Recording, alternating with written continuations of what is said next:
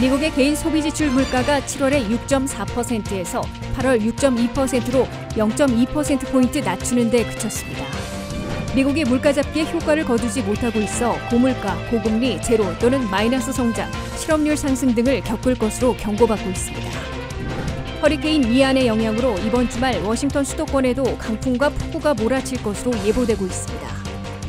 미국에서 스포츠 도박을 합법화하는 주들이 늘어나면서 도박 중독에 대한 우려도 함께 커지고 있습니다.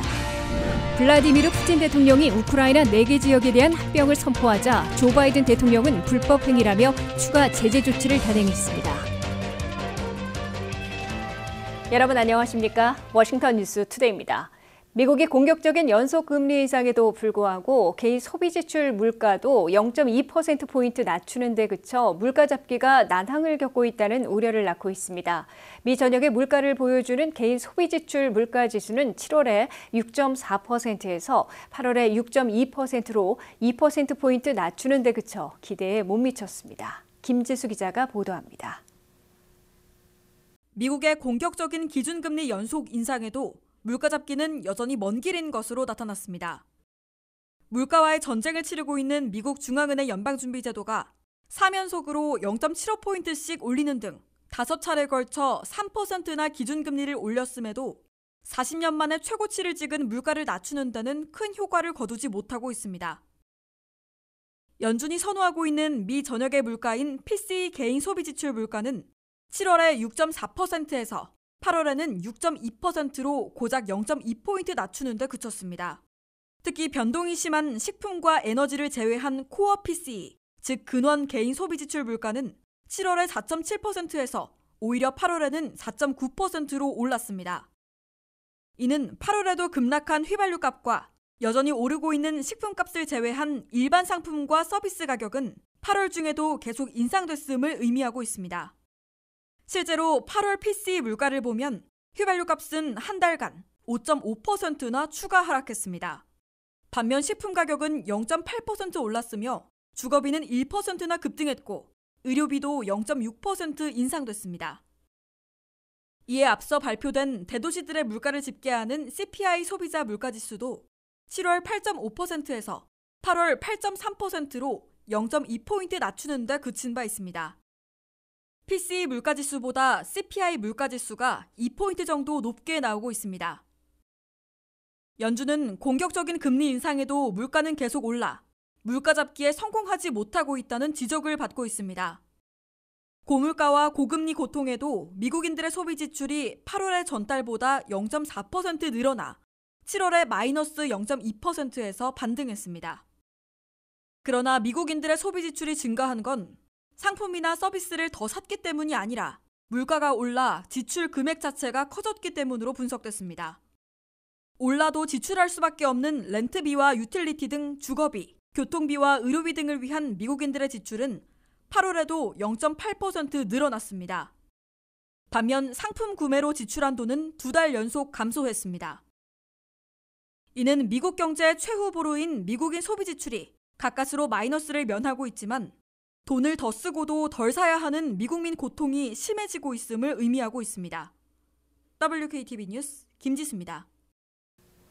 미국의 공격적인 연속 금리 인상에도 물가 잡기가 먼 길인 것으로 확인되고 있고 곳곳에 터질 수 있는 지뢰밭까지 도사리고 있어 경제재앙 위험이 여전한 것으로 우려되고 있습니다.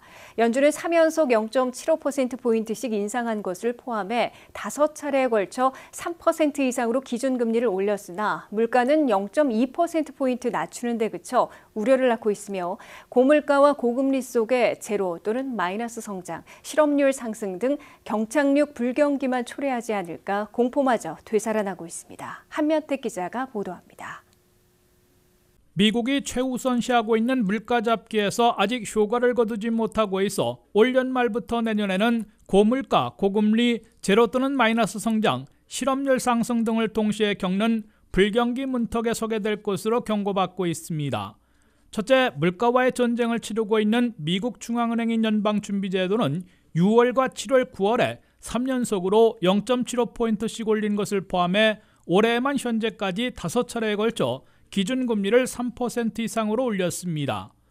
올해 남은 두 번의 회의에서도 1.25포인트 더 올리겠다고 예고해놓고 있어 11월 초에 4연속 0.75포인트 올리고 12월 중순에는 0.5포인트 인상해 올 연말 평균 금리 수준이 4.4%가 될 것으로 예상되고 있습니다. 둘째, 연준의 물가 잡기는 기대에 크게 못 미치고 있어 기준금리 인상 카드의 효과를 거두지 못하고 있습니다. 미국의 전반적인 물가를 집계해 연준이 선호하는 PCE 개인 소비지출 물가는 7월에 6.4%에서 8월에 6.2%로 고작 0.2포인트 낮추는 데 그쳤습니다. 이에 앞서 나온 미국의 대도시 물가를 보여주는 CPI 소비자 물가도 7월 8.5%에서 8월 8.3%로 역시 0.2포인트 낮추는 데 그쳐 기대에 훨씬 못 미쳤습니다. 셋째, 고물가의 고금리 부담이 가중된 상황에서 미국 경제 두 버팀목들인 주택시장이 급속 냉각된 데 이어 고용시장마저 흔들리진 않을까 촉각을 곤두세우게 만들고 있습니다. 미국 경제에서 70%나 차지하고 있는 미국민 소비지출은 8월에 0.4% 늘어나 7월에 마이너스 0.2%에서 반등해 불경기 추락을 막아주고 있는 최후의 보루로 꼽히고 있습니다. 그러나 미국인들의 소비 지출이 늘고 있는 것은 상품과 서비스를 더 샀기 때문이 아니라 물가 급등으로 돈은 더 쓰고도 덜 받고 있는 미국인들의 고통을 의미하고 있습니다. 여기에 가파른 기준금리 인상 여파로 미국 주택시장에서는 30년 고정모기지 이자율이 7%에 육박하며 1년 만에 2배로 급등해 주택 거래를 7개월 연속 감소시키고 집값마저 20대 도시들 가운데 12곳에서 하락하는 급속 냉각되고 있습니다. 넷째, 연준은 올 연말 경제 성장률이 0.2%에 그칠 것으로 내려잡아 제로 또는 마이너스 성장의 키로 불경기의 문턱에 서 있음을 시인했습니다. 또한 미국민 소비지출과 직결된 실업률은 현재 3.7%에서 올 연말에는 3.8%로 비슷하게 했지만 내년과 후년까지 2년 이상 4.4%까지 올라가 120만 명의 실업자들이 더 생길 것으로 우울한 예상치를 내놓고 있습니다. 연준이 연착륙 시나리오에서도 불경기 문턱에 도달할 것으로 예측하자 경제 분석가들은 올해는 넘길 수 있어도 내년에는 불경기를 피하지 못할 것으로 경고하고 있습니다. WKTV 뉴스 한면택입니다. 플로리다를 거쳐 캐롤라이나를 강타하고 있는 허리케인 이안이 금요일부터 일요일까지 주말에 워싱턴 수도권에도 강풍과 폭우를 몰아치게 할 것으로 우려되고 있습니다. 시속 40마일에서 50마일의 강풍과 2에서 4인치의 폭우가 몰아쳐 저지대 홍수 사태와 해안가 높은 파고 등 매우 위험한 상황이 예보되고 있습니다. 플로리다와 사우스 노스캐롤라이나를 강타하고 있는 허리케인 이안의 여파가 이곳 워싱턴 수도권에까지 몰아닥치고 있습니다. 4급 초대형 허리케인 이안이 상륙했던 플로리다에서는 최소한 20여 명이 목숨을 잃고 엄청난 재산 피해를 내고 있습니다. 플로리다에선 200만 가구가 아직도 전기 없는 고통을 겪고 있습니다. 열대성 폭풍으로 약해진 이안은 금요일 오전 사우스캐롤라이나 찰스턴과 버틀비치 사이로 상륙해 토요일 아침에는 노스캐롤라이나 그린스보로 쪽으로 진행할 것으로 전국 기상센터는 예보했습니다. 이안의 여파로 버지니아 노폭과 리치몬드 등 캐롤라이나 인접 지역에는 강풍과 폭우가 몰아칠 것으로 예상되고 있습니다. 글렌 영킨 버지니아 주지사는 이미 주 비상사태를 선포하고 이안의 피해가 극심해질 경우를 대비해 인원과 장비를 동원할 채비를 하고 있습니다. 북버지니아와 수도권 메릴랜드, 워싱턴 DC에는 허리케인급의 폭풍우를 체감할 정도는 아니겠지만 금요일 밤부터 일요일까지 주말 내내 강풍과 폭우를 겪게 될 것으로 예보되고 있습니다. 수도권 일원에서는 40 내지 50마일의 강풍과 2에서 4인치의 폭우가 몰아칠 것으로 전국 기상센터는 내다보고 있습니다. 이 때문에 저지대에서는 상습적인 홍수, 침수 사태를 겪을 것으로 우려되고 있습니다. 오션시티 등 해안가에서는 높은 파고가 몰아닥쳐 다소 위험한 상황이 펼쳐질 것으로 경고되고 있습니다. 송전선이 오래된 지역에서는 강풍에 나무들과 전신주들이 쓰러지며 정전 사태를 불러올 가능성도 있어 보입니다. 레리 호건 메릴랜드 주지사는 허리케인 이안의 여파에 메릴랜드까지 피해를 입을 가능성에 대비해 총동원 태세를 갖추고 있다고 밝히고 주민들이 안전조치에 만전을 기해줄 것을 당부했습니다. TV로 스포츠 경기를 보면서 피자와 콜라, 맥주를 마시며 자신이 지지하는 팀을 응원하는 사람들, 미국에서 흔히 볼 수 있는 광경이었습니다. 근래 들어서는 스포츠 도박을 합법화하는 주가 늘면서 스포츠 도박이 새로운 여가 패턴으로 자리 잡아가고 있는데요. 더불어 도박 중독에 대한 우려도 함께 커지고 있습니다. 김윤미 기자가 보도합니다. 많은 미국 가정에서는 가족이나 친구, 지인들이 모여 TV로 경기를 보면서 자기가 좋아하는 팀을 응원하며 스테이크를 굽고 맥주를 마시고 가을, 겨울 내내 대화 소재가 주말 경기 결과나 선수들에 대한 평으로 시간을 보낼 정도로 프로 스포츠 경기는 미국 생활의 중요한 부분을 차지합니다.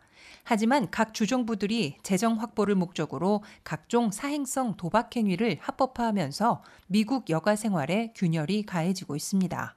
2018년 미 연방대법원이 스포츠 도박을 법으로 금지하는 것은 위헌이라고 판결한 데 이어 뉴저지를 기점으로 펜실베니아, 인디애나, 일리노이를 비롯해 버지니아, 메릴랜드 등 30개 주와 워싱턴 DC가 스포츠 도박을 허용하고 있습니다.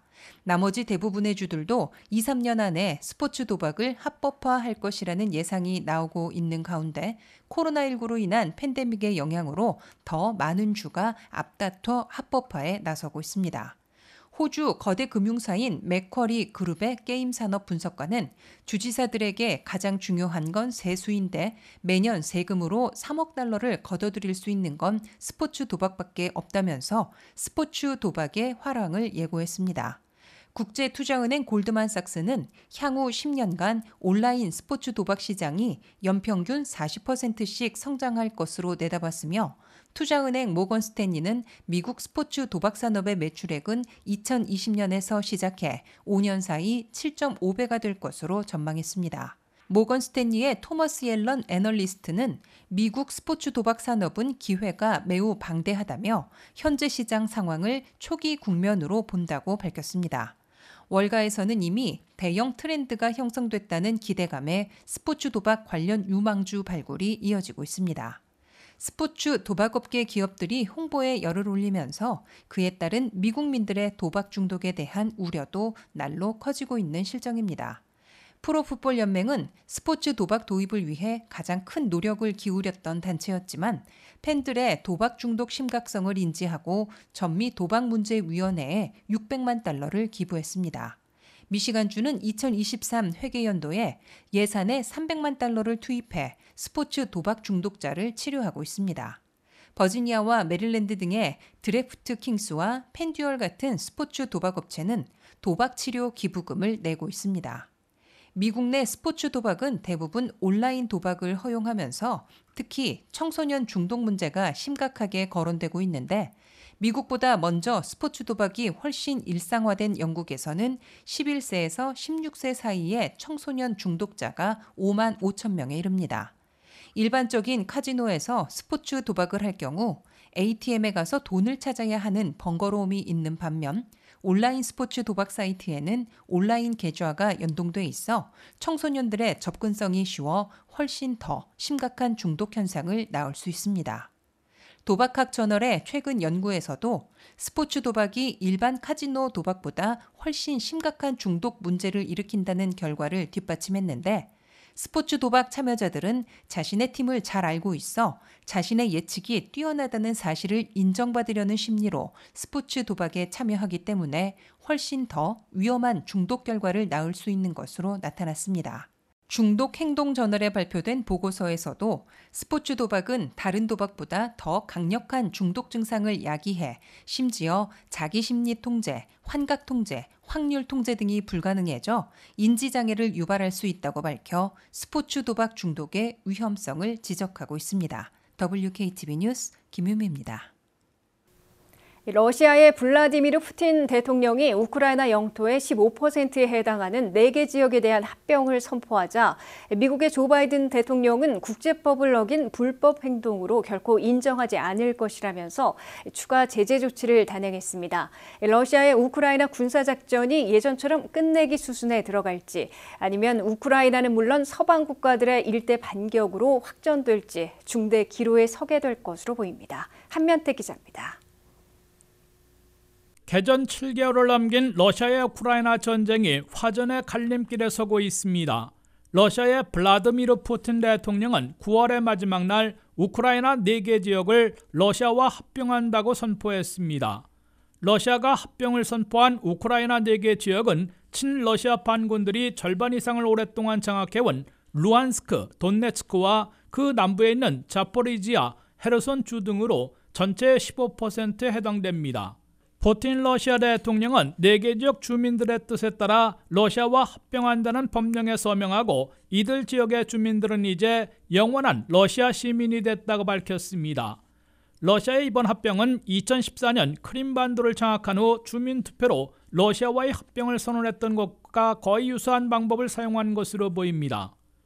그러나 우크라이나는 물론 미국과 유럽 동맹국을 중심으로 서방 국가들은 일제히 불법 행위로 비난하고 결코 인정하지 않을 것이라고 단언하며 결사항전과 추가 제재 등으로 맞대응하고 나섰습니다.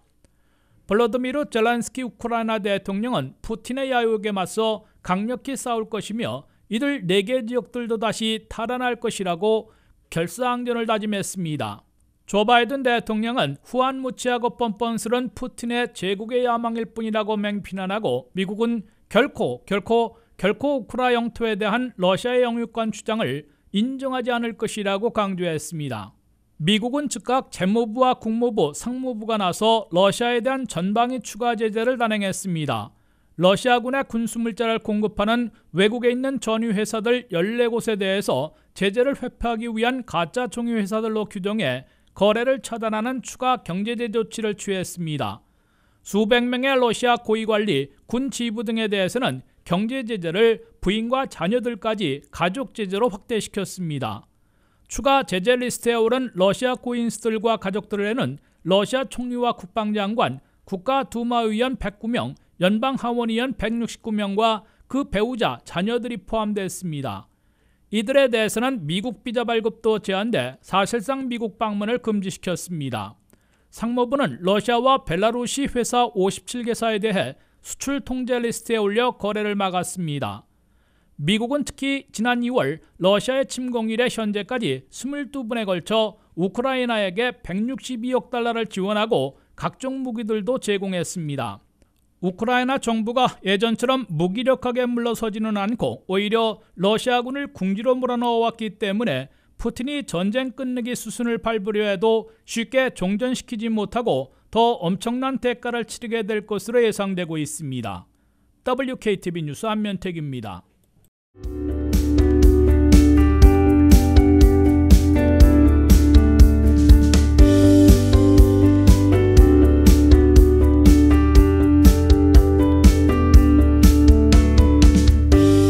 이상으로 워싱턴 뉴스투데이를 마치겠습니다. 시청해주신 여러분 고맙습니다.